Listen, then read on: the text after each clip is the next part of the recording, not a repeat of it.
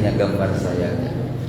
Ittaqullaha fin nisa, wahai para lelaki, ya, jagalah siksa Allah, jangan sampai menimpa kalian. Siksa Allah itu bisa menimpa kalian kalau kalian tak menjaga an-nisa, tak menjaga istri-istri kalian. Oh, jadi suami ibu diingatkan Allah, saya berarti ya, diingatkan oleh Allah. Kamu bisa kena siksaku, kata Allah, kalau kamu tak menjaga istri-istrimu.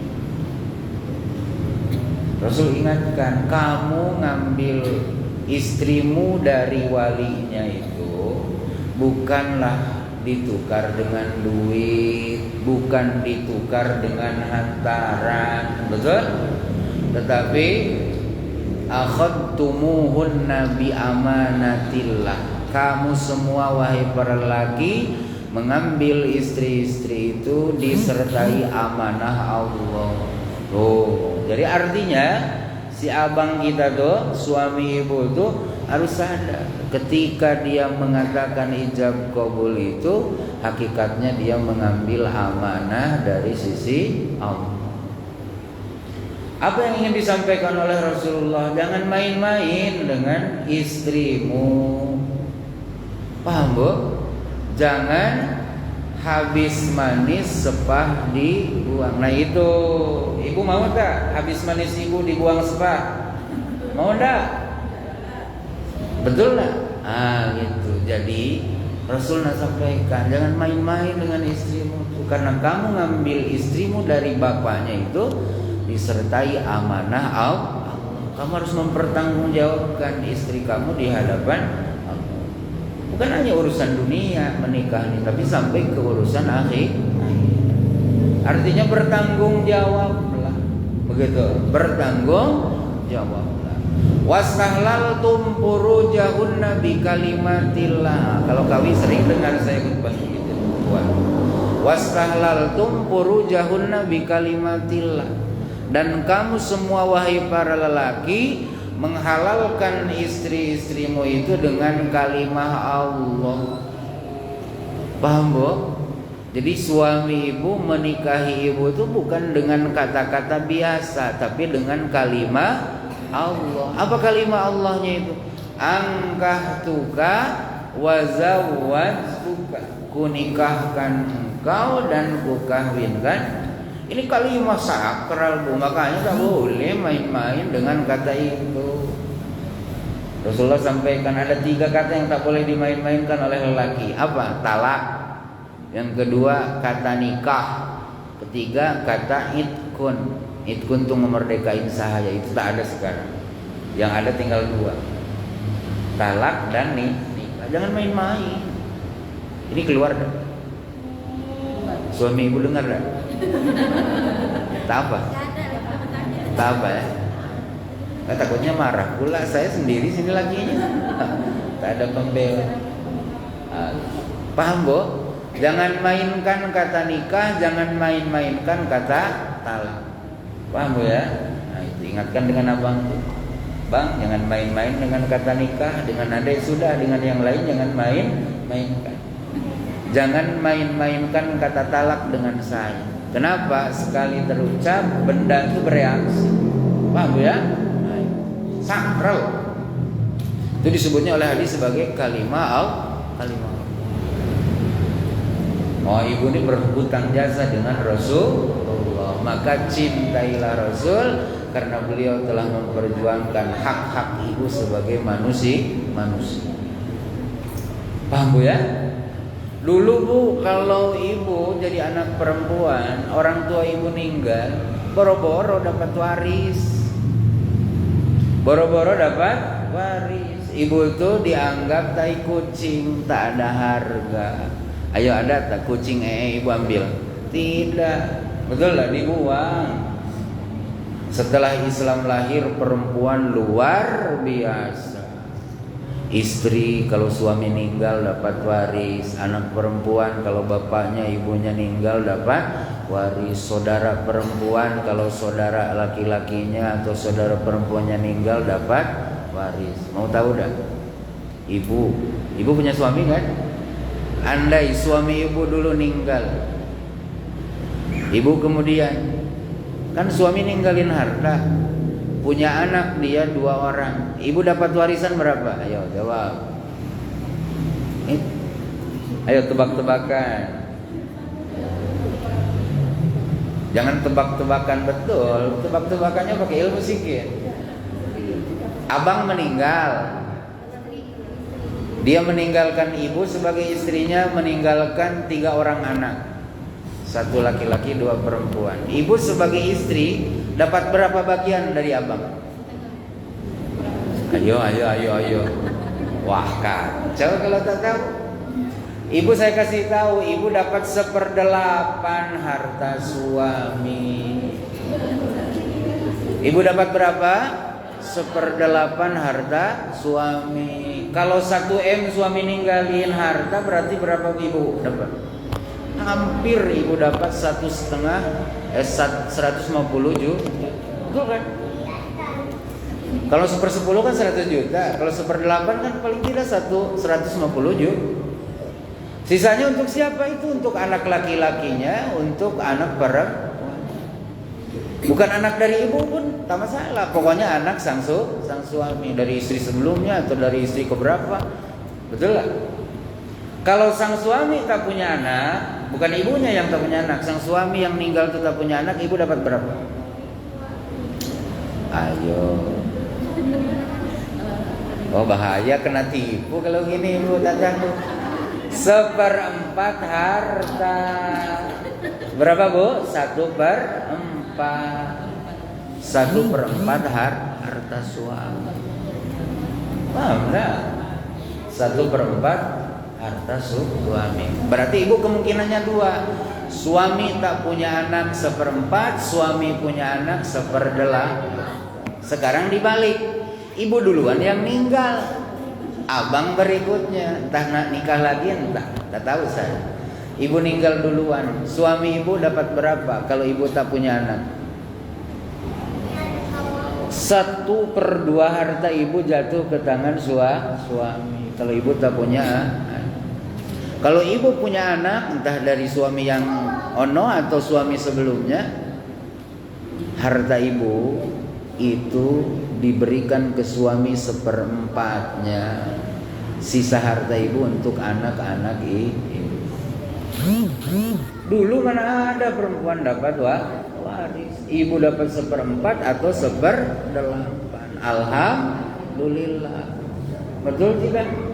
Nah itulah hutang jasa ibu kepada Rasulullah, dijalankan oleh Rasul. Paham ya?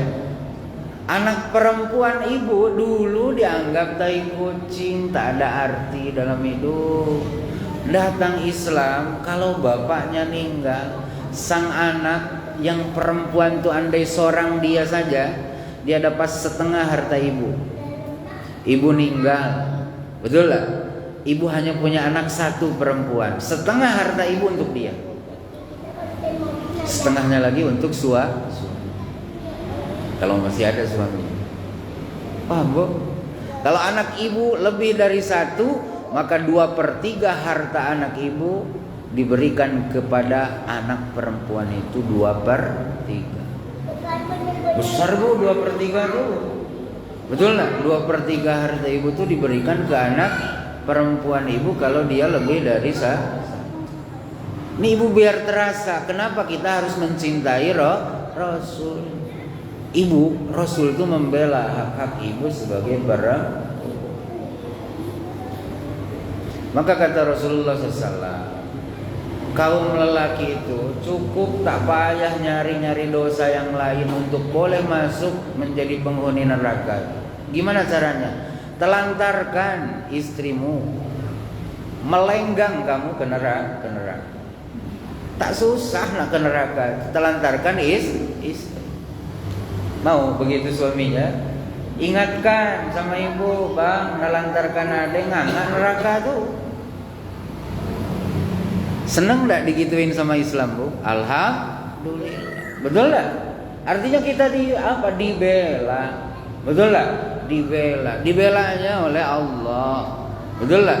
Dibelanya oleh undang-undang Allah. Betul? Nah itu. Makanya Bu, mohon maaf, cintai Rasulullah. Karena Islam dan Rasul itu kan istilahnya seperti dua mata uang. Kan mata uang tuh kiri kanan, betul, atas bawah. Laku tak kalau tak ada gambar sebelahnya? Tidak kan? Dua-dua harus punya gambar. Islam Rasulullah itu sama dengan Islam adalah Rasulullah. Rasulullah adalah Maka keliru besar kalau kita tak mencintai Rasul. Paham Bunda? Paham Bu ya? Nah, Ibu selanjutnya, apalagi jasa Islam untuk kita kaum perempuan? Islam menyebutkan dalam Al-Quran, siapapun kamu, laki-laki atau perempuan, asal kamu beriman dan beramal saleh, Allah telah janjikan pahala yang abadi di akhirat. Jadi tak ada marginalitas, tak ada diskriminasi. Kamu beriman, kamu beramal soleh, jenis kelaminmu laki, jenis kelaminmu perempuan, no problem. Yang penting iman dan beramal soleh. Karena ada di Quran itu, betul nggak? Betul kan? Dalam Quran kan ada. Yang memperjuangkan itu siapa? Rasulullah. Rasul tak sembunyikan ayat tentang perempuan itu, disebutkan, dijelaskan, diamalkan, dipraktekkan. Jadi nanti di akhirat tubuh kelas ibu dan kelas laki-laki sama aja. Maka Rasulullah SAW memberikan kabar kepada kita bahwa di surga nanti istri beliau yang bernama Sayyidah Khadijah jadi penghulu surga, pemimpin surga perempuan. Putri beliau yang bernama Sayyidah Fatimah Az-Zahra itu menjadi penghulu surga dari kaum perempuan. Istri beliau yang menjadi penghulu surga itu Sayyidah Aisyah disebutkan oleh Rasul. Kemudian dulu ada perempuan solehah namanya Maryam, bundanya daripada Nabi Isa, itu penghulu surga kata Rasul. Kemudian mama angkatnya Nabi Musa, Sayyidah Masitoh ya, yang istrinya, yang suaminya Fir'aun, itu juga menjadi penghuni surga dan menjadi penghulu. Maka ibu pun oleh Rasulullah dipersilahkan untuk mengikuti jejak mereka dan tak memberi banyak syarat. Ibu cukup lakukan 4 hal kata Rasulullah. Ibu silahkan masuk surga melenggang, pilih pintunya yang mana satu ibu mau, silahkan buka. Apa itu? Rasul sebutkan, ayyumam ra'atin matat wa zawjuha radin anha dakhalatil jannah. Itu salah satunya. Bila ibu meninggal dalam keadaan suami ibu ridho dengan ibu, tak lagi gondok tahu kan? Masuk surga. Makanya upayakan suami ridho dengan ibu. Caranya gimana? Bercakaplah yang santun, yang sopan, bersyukurlah dengan apa yang dia berikan. Itu yang membuat suami ridho tuh. Insya Allah nanti ibu masuk surga. Ibu andai duluan, betul? Meninggal, ya Allah suami itu betul-betul kehilangan. Rasul sampai masuk surga. Di hadis yang lain disebutkan, ini imra'atun sholat khamsaha, shomat syahroha, wa hafidat farjaha, wa ato'at jaujaha, dakhalat jannata rabbiha. Siapa perempuan tunai sholat 5 waktu, tak lebih tak kurang 5 waktu tok, tak duhaan, tak tahajudan, tak witiran, tarawih pun tak, cuman duhur, asar, maghrib, isya, subuh. Tuh ringan kan? Ringan. Yang wajib tok puasa Ramadan doang tahu kan? Doang. Puasa Ramadan tok. Tak ada tambah Senin Kemis, tak ada puasa Ayyamal Bitada. Ramadan saja. Senang kan? kemudian menjaga dia punya kehormatannya dijaga, tak mau dibawa lelaki sembarang, betul lah? Tak mau diajak lelaki sembarang. Dia hanya menjaga kehormatannya untuk suami. Kemudian suaminya ditaati, kata Rasul yang keempat. Suaminya ditaati. Dek, tolong ini, ya. Dek, jangan begini. Oke. Paham lah, Bu? Apa kata Rasulullah? Silakan itu perempuan masuk ke dalam surganya Allah. Berapa, Bu, syarat ibu masuk surga tadi? 4. 1, sholat 5 waktu. 2, puasa Ramadan. 3, menjaga 4, taat suami. Ini jangan lelet nih, harus di luar kepala toh. Mau masuk surga kan? Yo, ulang. 4 syarat ibu masuk surga, kata Rasul. 1, sholat 5 waktu. Hari ini dah sholat asarnya belum? Alhamdulillah. Terus puasa apa? Gitu. Ramadannya harus komplit toh. Yang ketiga, jaga kehormatan. Yang keempat, taati suami. Selama suami tak ngajak yang jelek-jelek. Kalau ngajak judi, tolaklah. Bu, pinjam duit lah. Untuk apa, Bang? Nak judi. Oh, sorry, Bang, kalau itu ada tak boleh kasih. Nah, apalagi nak mabuk, paham, Bu, ya? Itu tak boleh. Tak boleh join dalam keburukan. Tapi dalam hal yang mubah, dek ke pasar yuk. Oke, Bang. Jangan ada nolak. Kan ke pasar bukan dosa. Jangan pula bilang hawa aja lah pergi, repot. Nah, jangan. Yang ngajak suami toh. Ajakan suami itu sakti, Bu. Coba kalau suami bilang di jalan kurang asem budak nih. Nah, gitu kan. Diajak ke pasar aja tak mau, ku cari yang lain kan. Ayo baru tahu. Paham enggak? Jadi selama perkara yang diajakkan oleh suami itu perkara mubah, ikuti. Ke pantai deh yuk. Oke, Bang. Itu, Bu, dengan sumringah, dengan bahagia. Jangan oke tapi semberot. Oke. Oh, jangan begitu. Oke-nya itu harus semangat. Awas, nyenangin suami itu bagian daripada ibadah. Sebagaimana suami nyenangin istri pun ibadah. Ibadah itu tak harus takliman saja, nyenengin suami pun ibadah. Makanya, Bu, kalau ibu nak puasa sunat, suami ada di rumah, izin dia dulu. Bang, ada nak puasa besok. Ini syarat apa? Oke. Tapi kalau dia, Bang, ada nak puasa sunat. Aku nak nasi goreng besok. Aku nak ayam bakar besok. Awak yang buat. Jangan. Justru ibadahnya itu dengan tidak puasa. Jangan malah ibu ceramahin, Bang, kata ibu. Puasa tuh begini nanti di surga. Iya, untuk orang lain, tapi untuk suamimu mah tidak begitu. Justru ibadahnya tuh ngikut kata suami. Kecuali Ramadan. Bang, ada puasa besok. Jangan, awas ya kalau puasa. Atau kalau Ramadan mah suami nak marah semarah apapun tetap kita harus puasa. Tapi kalau puasa sunat izin dengan abang dulu. Paham, Bu? Tuh ibu tuh dihargai oleh Islam. Maka ibu tak menjadi barang dagangan dalam Islam. Betul lah? Ibu diminta oleh Islam jaga tubuhmu. Betul lah? Jaga tubuhmu. Jangan pertontonkan untuk orang lain. Maka diminta dari mulai ujung kepala sampai telapak kaki itu tak boleh dinikmati oleh yang bukan muhrim ibu, maksudnya suami. Paham tak? Paham, Bu? Oleh karena itu bermolek-molekan itu untuk suami, jangan bermolek-molek untuk orang. Ini terbalik, untuk suami apa adanya, untuk orang molek. Tak boleh itu.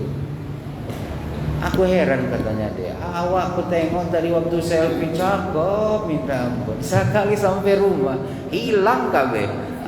Itu hilang. Merahnya hilang, putihnya hilang, harumnya hilang. Jadi harummu untuk siapa? Molekmu untuk siapa? Tersinggung ibu ya? Enggak. Janganlah. Jangan tersinggung. Kan saya tak maksud menyinggung. Paham, Bu? Nah, itu kenapa ibu harus berbahagia dengan kelahiran Rasulullah. Karena asbab lahir beliau diangkat jadi rasul, ibu dibela oleh Rasul habis. Maka ibu jangan sudon dengan Rasulullah. Rasul katanya Parsam, istrinya banyak. Betul, tak bohong itu. Cuman tak ada satupun istri Rasulullah yang 11 itu komen buruk terhadap Rasul. Semuanya mantap. Semuanya menyatakan dia adalah suami yang luar biasa. Ternyata bukan untuk menyalurkan hasrat Rasul menikah banyak, justru untuk membantu perjuangan, untuk menjelmakan syariat. Paham, Bu? Sayyidah Aisyah satu-satunya istri yang masih perawan yang dinikahi oleh Rasul. Betul? Ternyata Allah yang ngirim fotonya melalui malaikat Jibril. Kenapa dipilih Aisyah? Aisyah ini wanitanya cerdas, sehingga syariat itu direkam oleh Sayyidah Aisyah. Cara mandi Rasul hadisnya dari Aisyah. Betul lah. Bagaimana hukum menciumnya suami kepada istri itu yang merekam Sayyidah Aisyah. Bagaimana hukumnya sperma, apakah najis atau bukan, itu yang ngejelasin Sayyidah Aisyah. Bagaimana hukumnya menonton permainan musik, yang nonton itu Sayyidah Aisyah ngeriwayatin. Jadi banyak hal terkait perempuan, perawinya itu Sayyidah Aisyah. Kenapa? Itulah istri yang sangat rapat dengan Rasul, bukan untuk memuaskan hasrat. Makanya ibu jangan gara-gara Rasul istrinya lebih dari satu, lalu timbul dalam hati ibu, aku tak sukanya dengan Nabi Muhammad satu aja, kata ibu, istrinya banyak. Awas, hati-hati, cabut kebencian itu. Cabut kebencian itu dari sekarang. Betul? Karena itu akan menodai cinta ibu kepada Rasul sallallahu alaihi. Paham, Bu? Ya, salawat dulu. Sallallahu ala Muhammad. Lanjut. Sallallahu alaihi wasallam. Sallallahu ala Muhammad. Sallallahu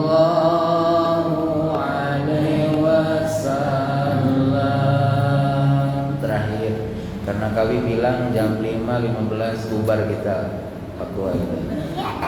Karena maghribnya cepat ya. Saya pun ke Kang Sunarjo lagi. Begini, Bu, terakhir ya. Nanti di hari akhir kita betul-betul menanti uluran tangan Rasulullah. Ibu meninggal enggak? Akan meninggal enggak? Pasti. Saya pun sama. Pada akhirnya kita semua akan dikumpulkan nanti di padang mahsyar. Semua telanjang kita, Bu. Mohon maaf, bukan ngomong carut ya. Ini hadis. Ibu saya, suami ibu, anak kita semua telanjang. Tak ada sehelai pakaian pun yang menempel. Kaum lelaki punya zakar, balik lagi kulupnya itu yang dihitan tuh. Anak laki-laki ibu kan dihitan. Nanti di padang mahsyar balik lagi kulup. Sayyidah Aisyah bilang dengan Rasul malulah kalau gitu. Boro-boro mikir orang. Kita fokus pada diri sendiri. Bahkan dalam Quran dilukiskan, saking gentingnya di kehidupan itu, disebutkan kita ini seperti orang mabuk. Andai kita sedang hamil, maka saat itu brojol hamil itu meskipun baru 1 bulan keluar, saking gentingnya keadaan. Nah, di hari itu kita betul-betul menunggu syafaatul udma, pertolongan terbesar dari Rasulullah sallallahu alaihi wasallam. Kemudian pertolongan berikutnya apa? Kita menunggu Rasul mempersilahkan kita memasuki telaga Kausarnya. Telaga Kausar itu telaga yang airnya sangat wangi, harum, lebih harum dari kasturi, betul lah. Wadah-wadah gayung-gayungnya, cangkir-cangkirnya cantik dan indah, bermiliar kayak bintang di langit. Artinya ibu jangan nanti Pak saya minumnya bekas orang, enggak, masing-masing dapat gelas, betul lah. Sekali minum tak akan haus kita forever. Paham Bu? Nah, apa yang ingin saya sampaikan? Kata Rasulullah, saya berjaga di pintu telaga tuh, menghalau orang-orang yang tak layak memasuki. Sahabat nanya, Rasul, hari itu Rasul kenal dengan kami? Oh kenal, kata Rasul. Saya kenal dengan kalian. Dari mana Rasul kenalnya kita, Bu? Rasul akan mengenali kita dari wajah, tangan, dan kaki kita. Di wajah kita ada cahaya, di tangan kita ada cahaya, di kaki kita ada cahaya. Cahaya di wajah namanya gurroh, cahaya di tangan dan di kaki namanya tahjil. Tahjil, gurratun muhajjalin. Apa penyebab kita punya cahaya di wajah? Karena waktu hidup di bumi, di dunia kita pernah wudu. Makanya ibu kalau wudu tuh baik-baik, betul, serius, jangan main-main. Ayo saya tanya, wajah ibu tuh mana yang wajib dibasuh saat wudu? Jangan dibuka kerudungnya, saya aja ya. Nah, wajah kita saat wudu tuh butulan, memanjang. Dari mana? Bisa rirasi, dari tempat bermulanya tumbuh rambut. Tapi dengan catatan masih normal kayak saya. Ya, kalau sudah botak jangan ngambil dari sini aja. Masih normal kan? Masih. Memanjang tulan ila zakan sampai kita dagu, sampai dagu. Aradan melebar, dari ujung telinga sampai ujung telinga. Nah, maka kalau kita nak ambil garisnya, ini wajahnya. Ini wajah. Maka kalau wudu jangan cuma ini. Ini cuci muka namanya, bukan wudu. Apa wudu sama dengan cuci muka? Ada beda. Wudu itu ada ketentuan tertentu. Maka wajah ibu seluruh saat wudu harus kena air. Para ulama menyebut sunnah dilebihkan sedikit. Dagu kan di sini, lebihkan sampai sini. Telinga kan sampai sini, lebihkan sampai sini. Sampai sini. Supaya apa? Nanti cahayanya melebar. Cahayanya di akhirat melebar. Tangan pun sama Bu, dari ujung jari bersama sikut, lebihkan sampai apa namanya? Apa kaki? Pergelang. Kaki pun sama, dari telapak kaki. Ibu kalau wudu telapak kaki dua sudah. Dari mulai telapak kaki naik ke atas sampai mata kaki, lebihkan sampai setengah betis. Supaya cahayanya nanti kilau. Paham Bu? Semakin banyak ibu wudu, itu maknanya semakin banyak sholat. Karena wudu ini kan itu dua sejoli dengan sholat. Maka perintahnya iza kumtum ilas sholati fagsilu wujuhakum, gitu kan? Dua sejoli, ya. Ada wudu, ada sholat. Ada sholat, ada wudu. Kayak ada ibu, ada abang. Nah itu sholat dan wudu. Maknanya banyak wudu, banyak sholat. Maka semakin banyak kita wudu, semakin banyak kita sholat, semakin terang kita punya wajah, sehingga Rasul mudah mengenali kita. Paling tidak kita sehari semalam 5 kali, kecuali ibu datang bulan, betul lah, berhenti dari wudu. Taci wudu ibu kalau lagi datang bulan, tak ada guna. Cuci muka aja kalau datang bulan, betul lah. Paham Bu? Jangan pula nak masuk masjid lagi datang bulan wudu. Tak ada guna, tak ada ngaruh sama sekali. Paham dah Bu? Nah, kalau ibu datang bulan, hentikan wudu, hentikan sholat.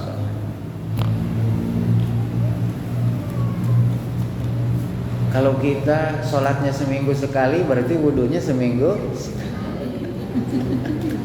Abang Jumatan kita ikut sholat zuhur. Ada yang lebih ngeri, setahun sekali. Nah, Idul Fitri. Ada yang lebih ngeri lagi, seumur hidup sekali, pas mati diwuduin orang. Nauzubillah min.